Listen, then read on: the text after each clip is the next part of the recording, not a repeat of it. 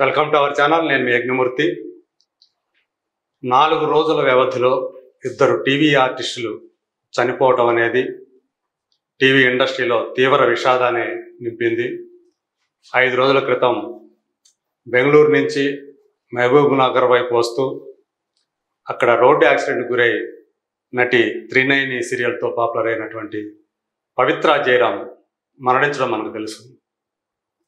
ఆ విషాదాన్ని మరొక ముందే ఆమెతో అనుబంధం ఉన్న అదే యాక్సిడెంట్లో దెబ్బలు తిన్నటువంటి ఆమె సన్నిహిత మిత్రుడనాలా లేకపోతే సహచరుడనాలో చంద్రకాంత్, తను రాత్రి తన అపార్ట్మెంట్లో హైదరాబాద్లో మణికొండ ఉన్నటువంటి అల్కాపూర్ కాలనీలోని తన అపార్ట్మెంట్లో ఉరివేసుకొని ఆత్మహత్య చేసుకోవటం అనేది మరింత విషాదకరం.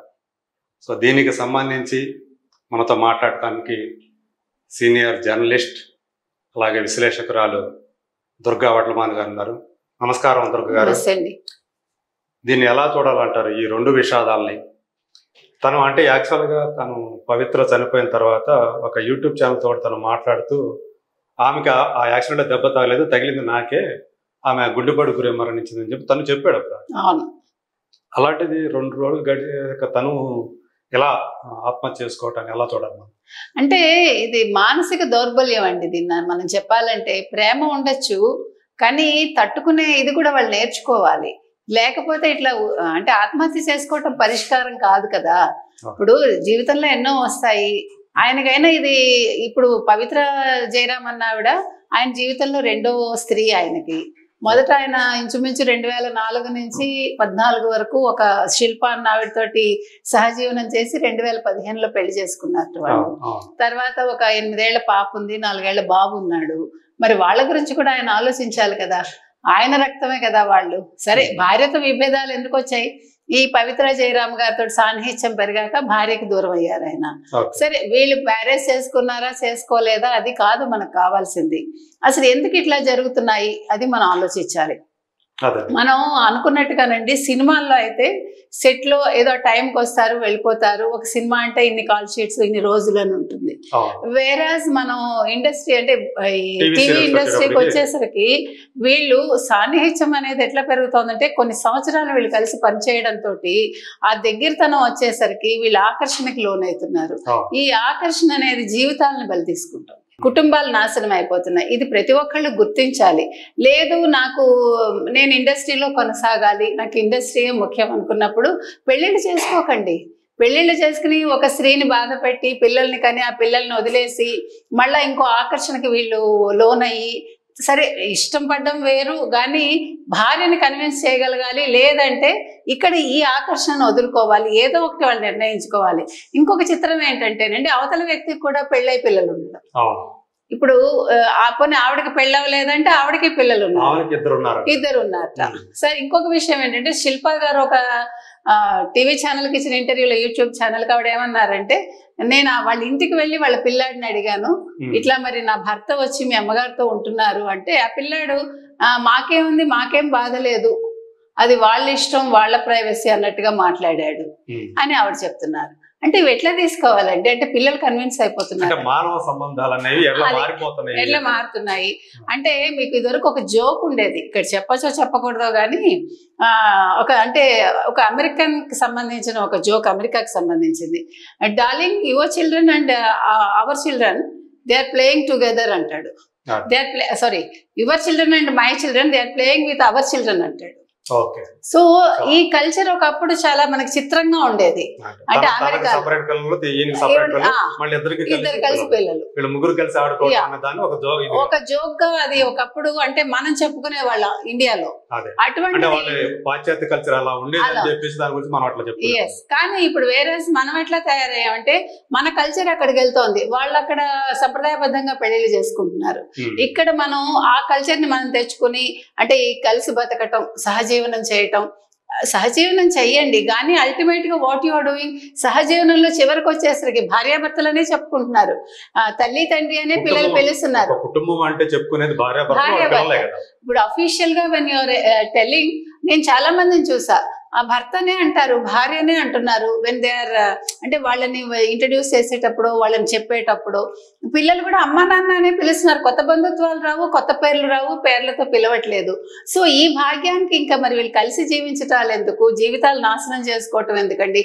ఇంకొకటి చందు అన్న వ్యక్తి కూడా చాలా అంటే మానసికంగా ఇక్కడ ఇంకొక విషయం ఏంటంటే అతను చెప్పింది మనకి, అంటే మనం విన్నది, యాక్సిడెంట్ అయ్యాక యాక్చువల్గా ఈయనకి దెబ్బలు తగిలాయి, ఆవిడకి ఏమీ లేదు. కాకపోతే నిన్న శిల్ప చెప్పిన దాంట్లో ఏముందంటే ఆవిడకి హార్ట్ లో ఏదో హోల్ ఏదో ఉంది, హార్ట్ ప్రాబ్లం ఉంది అన్నట్టు చెప్పింది.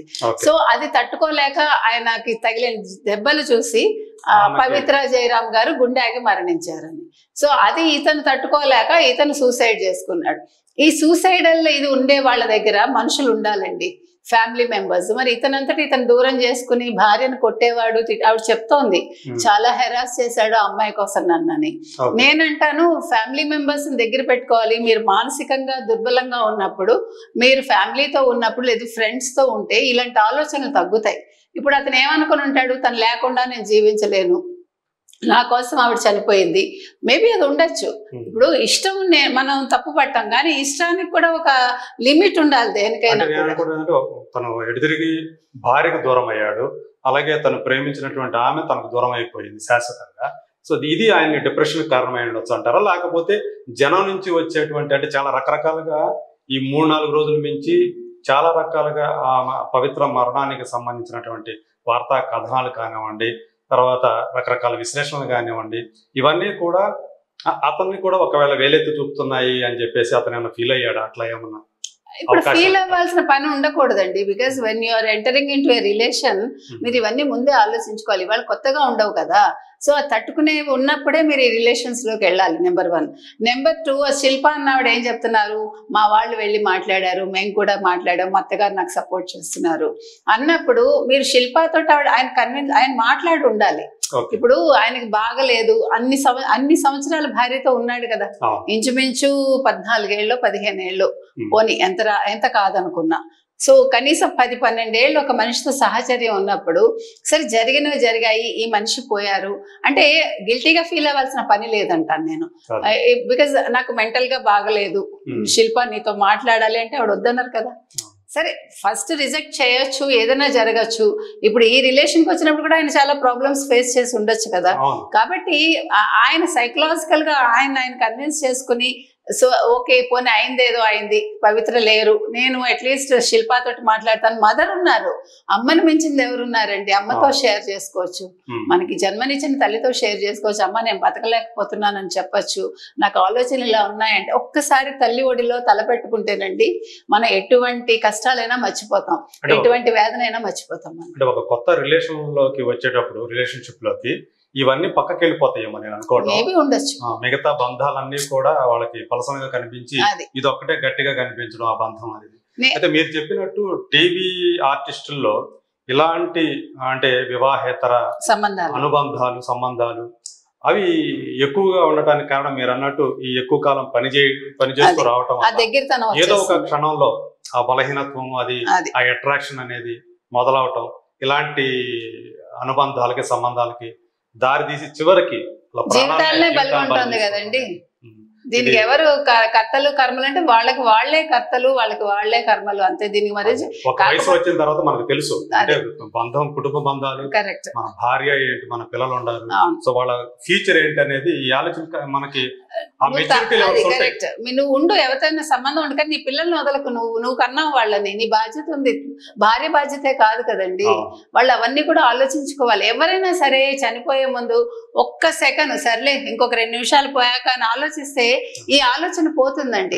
పిల్లల భవిష్యత్తు అనేది ఏంటి అని ఒకసారి ఆలోచించుకుంటే చాలా బాధ కలుగుతుంది. ఇవన్నీ టెంపరీ అండి. నన్ను అడిగితే ఈ ఆకర్షణలు అన్ని టెంపరీ. నిలిచేది మనకి నిజమైన ప్రేమ, అమ్మ ప్రేమ కావచ్చు, మన పిల్లల మీద మనకుండే అనుబంధం కావచ్చు.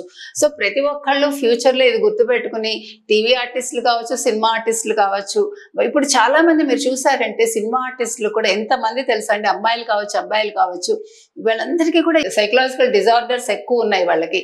ప్రతి ఒక్కళ్ళు మీరు నమ్మరు ఎంతమంది సైకాలజిస్టుల దగ్గరికి వెళ్తున్నారు మనకు తెలియదు. సో చాలా మంది లేట్ గా పెళ్లి చేసుకోవడానికి అది కూడా రీజన్ కావచ్చు. కాబట్టి ఇవన్నీ ఆలోచించాలి అంతే. రైట్, థ్యాంక్ యూ అండి. Thank you.